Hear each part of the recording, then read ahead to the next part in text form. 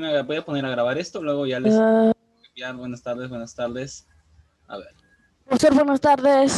buenas tardes, ¿cómo estás? A ver, hijos, escúchenme por favor. Vamos a hablar el día de hoy, como ven en la pantalla, del tema la contrarreforma católica. Ya hablamos de Martín Lutero, ya vimos por qué se rebeló, ya hemos visto todo eso. O sea, esa parte está bien, ya sabemos qué lo llevó a Lutero a rebelarse contra la iglesia.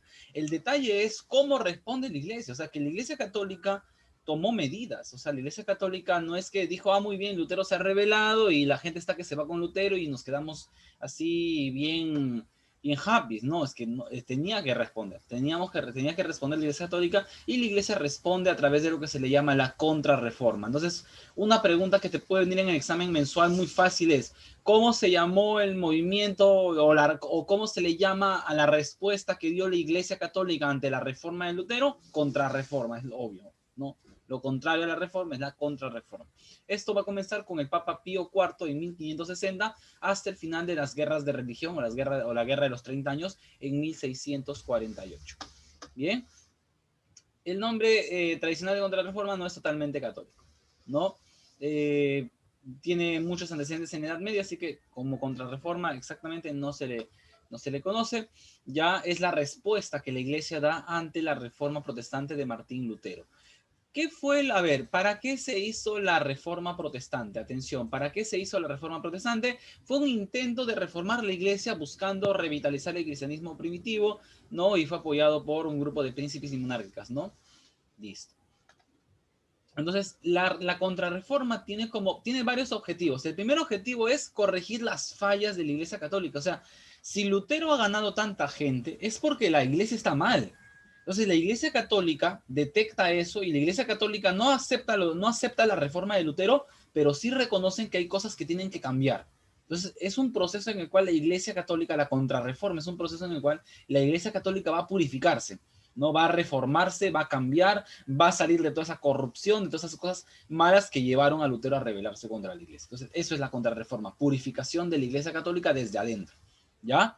Y también al mismo tiempo busca hacer frente a la reforma, busca enfrentar a la reforma para evitar su avance o recuperar países conquistados por ella. La iglesia católica, chicos, imagínate que diariamente iban a la iglesia, a misa, menos fieles. O sea, las misas siempre hay un montón de gente. Ya, pero en ese tiempo iba poquita gente, porque todo el resto de gente que ya no iba a la misa se iban a escuchar a Lutero.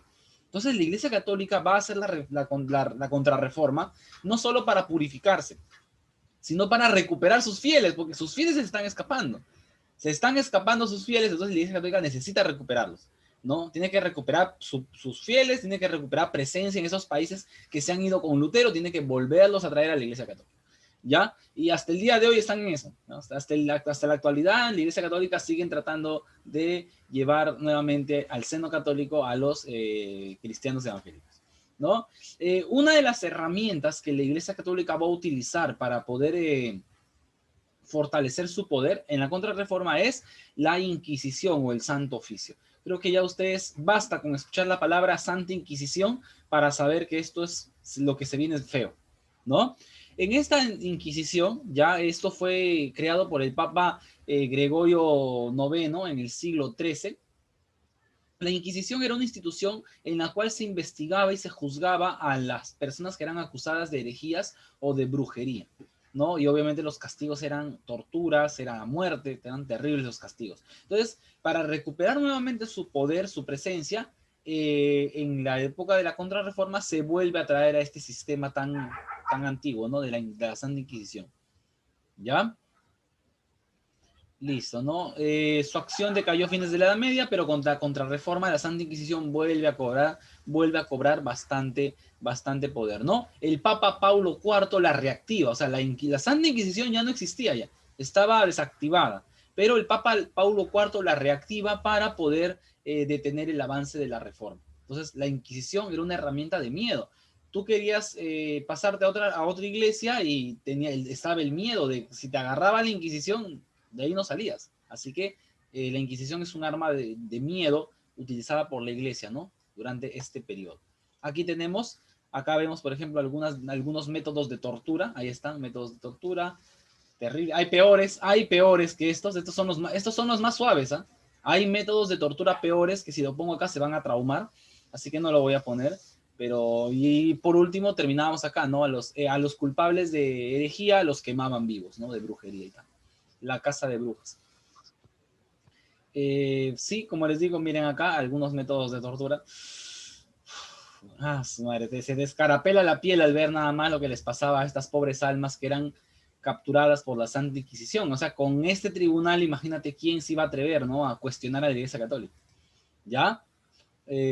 Acá está, ¿no? Entonces, ¿qué es? A ver, para la Iglesia Católica, ¿qué es herejía? Discutir alguna verdad de la Iglesia Católica. Lo que hizo Lutero. O sea, para la Iglesia Católica, Lutero es un hereje.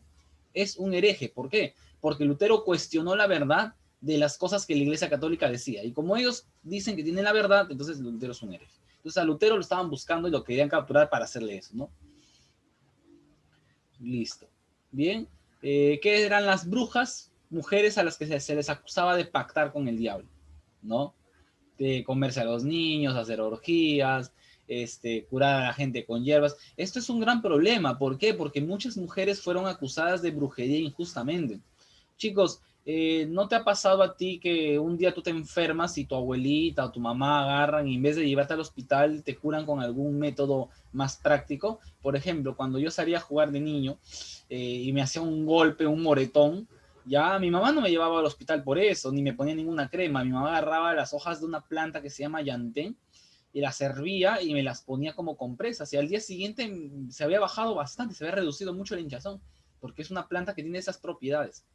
¿Ya? Entonces, eso, imagínate.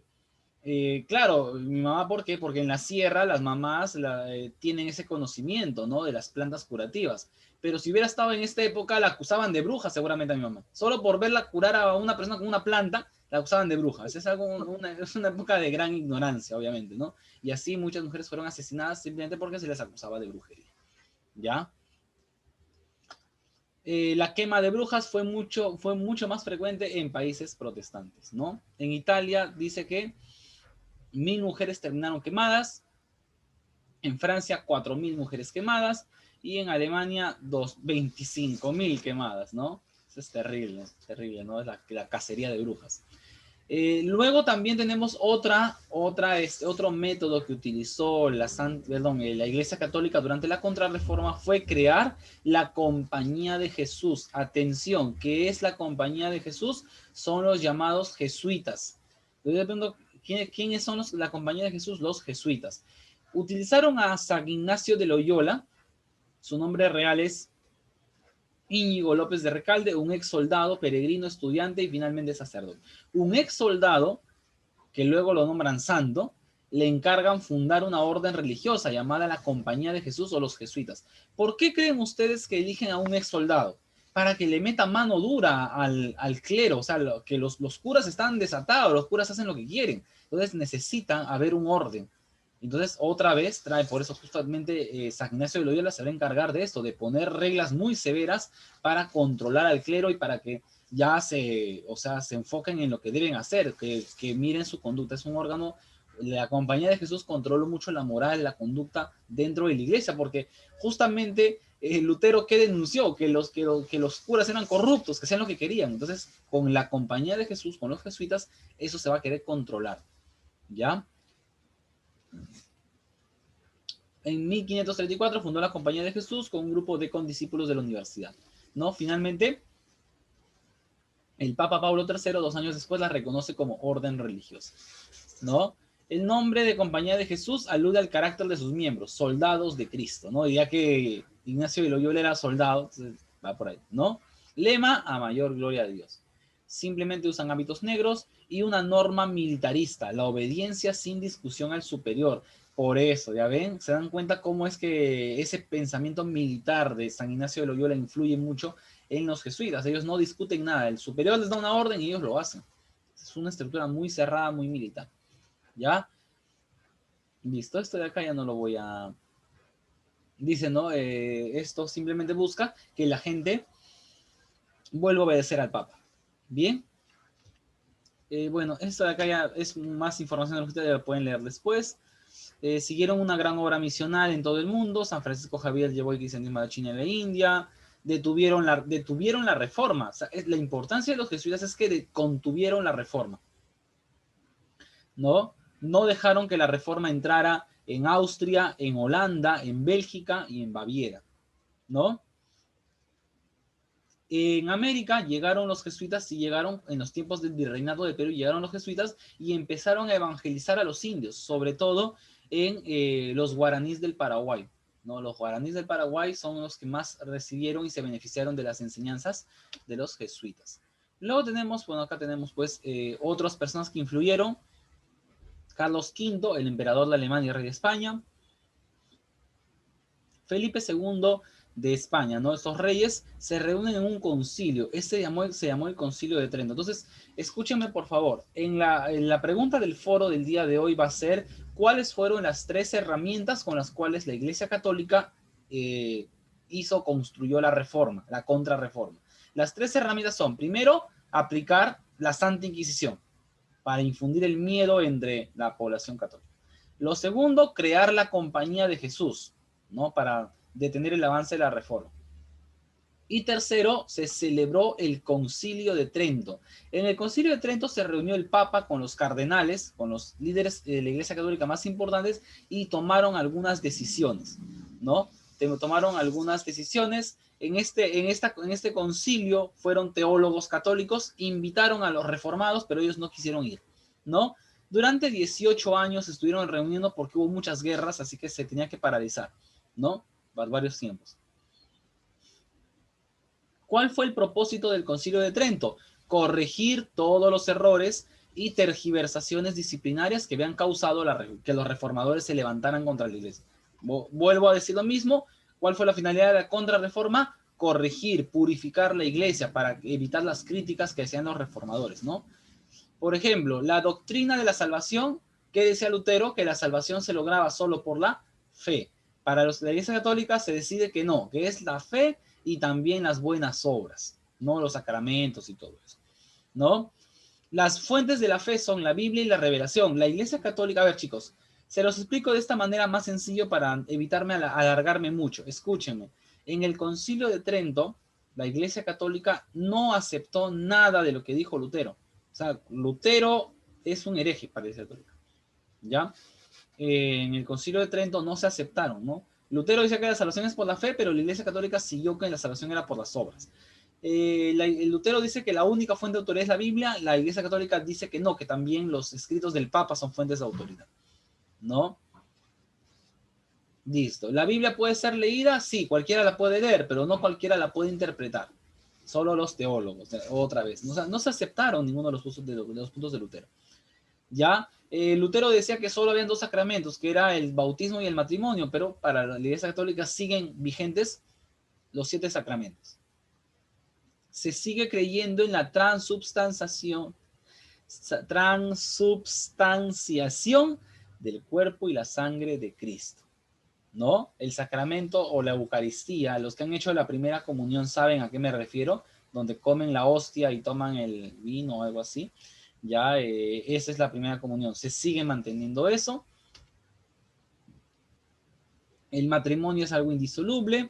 Se debe completar la orden sacerdotal, se debe haber celibato y muchas cosas más. El idioma se mantiene en latín, no puede haber idiomas nacionales. La iglesia debe hablar y escribir en latín. Se debe controlar lo que leen los fieles. Se creó el índex. Atención, ¿qué fue el índex? Aparte de la Santa Inquisición, se creó el índex o índice. Índex significa índice en español.